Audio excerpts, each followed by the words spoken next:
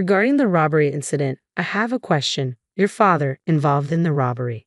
My father? Yes, he is. Is he at home now? Yes, he's here. Would you like to speak with him? The police officer appeared puzzled by my tone momentarily before responding, yes, please. I led the police officer into the house. My father is right here. When the officer saw my father, he was visibly taken aback. Let me take you back a few months. My name is Joseph McCann, Sr. I recently secured a job at a major corporation. While I should feel relieved, there's still one thing I'm uncertain about. Whether I should take over my father's business. He's the president of a local factory. As a child, I once dreamed of inheriting that factory and following in his footsteps. However, during my rebellious phase, I started feeling ashamed of him, always in work clothes, covered in grease. Even as I grew older, that feeling lingered in my heart. Through part-time jobs and growing up, I've come to respect my father's dedication, bearing the responsibility for many employees and their families. Yet I couldn't shake the idea that being an office worker in a suit might seem more appealing. While shopping with my father one day, we were unexpectedly called from behind. Austin. Both my father and I turned around to see a man who appeared to be about the same age as my father. Duncan. It's been ages. This Duncan, dressed in a sharp suit, seemed to be a high school classmate of my father's. He mentioned he was on sales calls for a well-known corporation. So, you took over the family business? Duncan asked my father. Yes, that's right. Still keeping it going, that small local factory, my father replied. Managing a place like that with just a high school diploma. Quite a step down, isn't it? Duncan's words caught me off guard. That local factory was founded by my grandfather, and my father took over as the second generation. I knew he stepped into it right after high school, but I never expected a classmate to mock it, my father reflected quietly. Did you manage to grow your father's local factory? Weren't you planning to take over and make it big back in high school?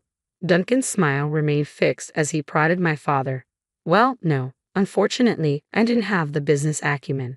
That dream never materialized, my father admitted. Ah, that's so like you. Skilled with your hands but not so sharp in the head. But hey, at least you didn't run it into the ground, right? Duncan chuckled heartily, patting my father's shoulder. I've got to get back to work. See you at the next reunion. With that he departed. My father, visibly unsettled by the encounter, muttered, "Shall we continue?" and began walking away. Tourism shopping. In that moment, I couldn't help feeling that my father's work, casually belittled without any defense from me, was being mocked. The decision between taking over his company or pursuing a position at a prestigious corporation now heavily leaned towards the latter. A few weeks later, my father's reunion took place. By coincidence, it was held at the restaurant where I worked part-time. The day was bustling, and initially, I managed to avoid serving the table where my father's reunion was seated. I thought myself fortunate, but eventually, the moment arrived. Bringing drinks to my father's gathering felt a bit awkward, but it was my duty. Our restaurant featured private booths exclusively. As I peeked into the spacious room designated for my father's group, he greeted me warmly near the entrance, saying, "Oh, Joseph. Is he your son?" A nearby woman inquired. My dad introduced me as his son, prompting me to politely respond, "Oh, nice to meet you. My father is in your care." As I placed the drinks on the table, I endured the inebriated classmates' remarks about how much I resembled my father or how serious I seemed, then made a hasty exit. From across the room, Duncan spotted us and called out, "Joseph, wasn't it? We just spoke the other day. Are you still planning to take over Austin's local factory?" When Duncan drunkenly questioned me, I responded with a mix of disdain and honesty, "No, I'm still weighing my options." Duncan then loudly advised, "Don't bother with it. Austin's company is nothing special. Joseph should aim for a position like mine instead of taking over that small-time business." He launched into a self-congratulatory tale of his career, but something felt amiss. He had claimed to be in sales during our last encounter, yet now he boasted about heading the accounting department. I sensed a discrepancy but chose to stay silent, wary of causing a scene. However, my father, influenced by alcohol, couldn't hold his tongue. "We just saw each other recently. Did you switch departments so soon? It's only been a few weeks. Quite a rapid promotion, eh? Sales didn't suit you." His words silenced Duncan, who stuttered in response. Yes, that's right. Sales wasn't my thing. I moved up to head the accounting department right after the switch. That's odd. I heard your company merged with a global enterprise, and the accounting functions moved overseas, didn't they? My father's observation revealed that Duncan's touted company had indeed merged into a global corporation. Others seemed aware of this but had refrained from commenting, leading to laughter at my father's remark. Hey Duncan, how's it going? Head of accounting at that merged company, right? My father's innocent question shattered Duncan's composure. Please, enough. I can't stay at this gathering. Embarrassed and frustrated, Duncan stormed out, his footsteps echoing loudly. I hope I didn't say something wrong, my father mused, concerned. Those around reassured him that it wasn't his fault. Duncan had always been sensitive. Seeing my father praised for his straightforwardness made me proud. Despite being a bit tipsy, he had the courage to voice what others struggled to articulate. It was admirable. 6 months passed. I continued grappling with the decision of whether to take over my father's company.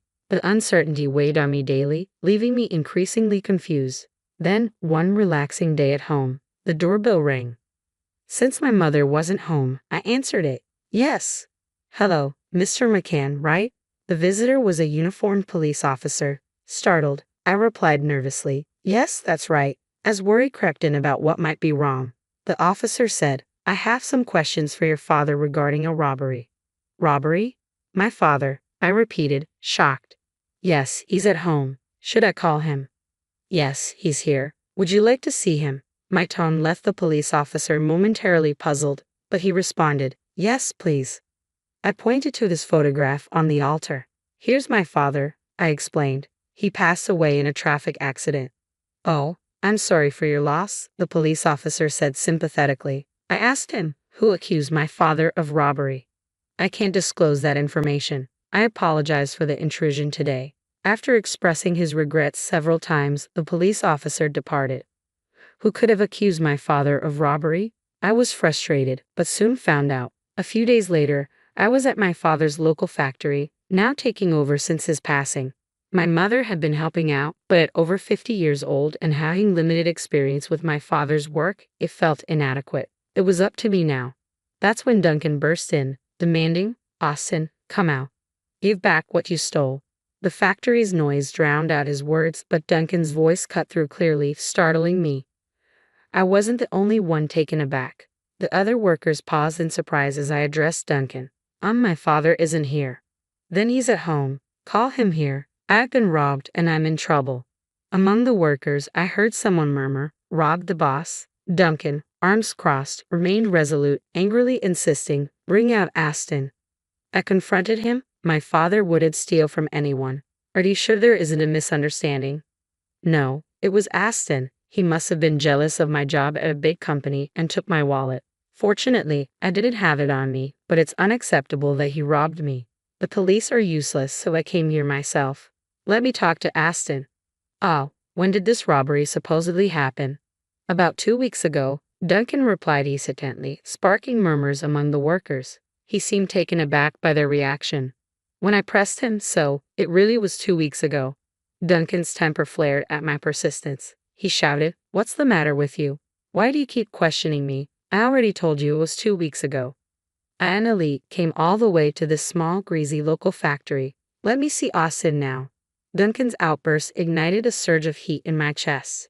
Enduring his disdain for my father's work and his employees at their workplace was tough enough, but accusing my deceased father of robbery was unbearable. He passed away in a traffic accident a month ago, so he can't be here, I informed Duncan. His face registered surprise. What? I pressed on. How could my father, who died a month ago, commit robbery? Are you sure you were actually robbed? I had learned at a recent class reunion that Duncan was prone to lying. Moreover, classmates revealed that Duncan had harbored a pointless rivalry with my father since their school days, fueled by unrequited affection from a girl who admired my father. I could have forgiven Duncan for trying to implicate my father in a crime based on such a petty rivalry. So, are you suggesting he committed robbery just before he died? Just as I was about to confront Duncan, who persisted in his accusations, a voice from another direction shouted, the boss would never do such a thing. He's a very serious person. That's right. The reason we're always short-staffed is because the boss teaches us skills and encourages us to be independent. He always prioritizes his employees and clients over profits. He was a good person.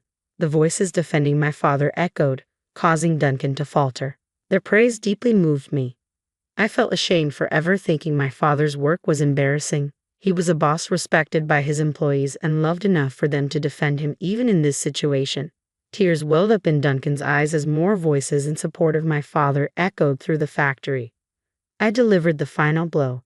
I will definitely bring this to the police, accusing my father falsely. With that, Duncan let out a cry and rushed out of the factory. Following that, I went to the police to report Duncan's attempt to frame my father. As I had promised, the evidence included Duncan's statement, recorded on a mobile phone by one of the thoughtful employees. The police acted swiftly upon receiving the evidence, and Duncan was apprehended shortly thereafter. Duncan's attempt to frame someone with false charges landed him behind bars for a while. He had mocked my father while he was alive and continued to slander him even after his passing. I found some solace in thinking that he deserved the consequences. A few days later, a woman claiming to be Duncan's wife visited to apologize to my mother and me. When I asked if Duncan's vendetta against my father stemmed from the reunion incident, Duncan's wife sighed and confirmed, "Yes, that's right. It seems it struck a nerve. The reunion triggered it." It turned out Duncan had once been a high achiever but had lost his job and struggled to find new employment. Meeting my father seemed to trigger something in him. Duncan's obsession with status led him to fabricate stories which unraveled when he drank and contradicted himself, ultimately embarrassing him. In his rage, Duncan decided to scapegoat my father, I said, stunned by the absurdity of it all. Duncan's wife shared my disbelief and revealed she intended to divorce him. Without children, and would face a lonely future, even if he were to be released from jail. After graduating from college, I made the decision to take over my father's company. With my father recently passed away, I felt apprehensive about managing the business. However, the memory of the employees defending my father when Duncan falsely accused him stayed with me. It inspired me to strive to be a boss who earns the love and respect of my team, a lesson I deeply internalized. While my background in business school prepared me for the managerial aspects my father handled, I relied on the staff to teach me the technical aspects they were experts in. Their response was always supportive. "We'll teach you everything you need to know." As the boss's son, they willingly shared memories of my father, each story highlighting his remarkable character. "Dad, you were truly amazing. I regret not realizing it sooner while you were with us." "I'm sincerely sorry," I murmured to his picture stained with oil after a day's work. I felt ashamed of ever considering his work uncool. These days were a testament to his dedication and hard work. "I'll strive to become a boss like you, Dad. I'll work tirelessly to make your dream a reality." I spoke to his picture, feeling as though my father was smiling back at me. My goal is to honor my father's legacy by expanding our local factory, a family business since my grandfather's era. I'm determined to carry on his vision.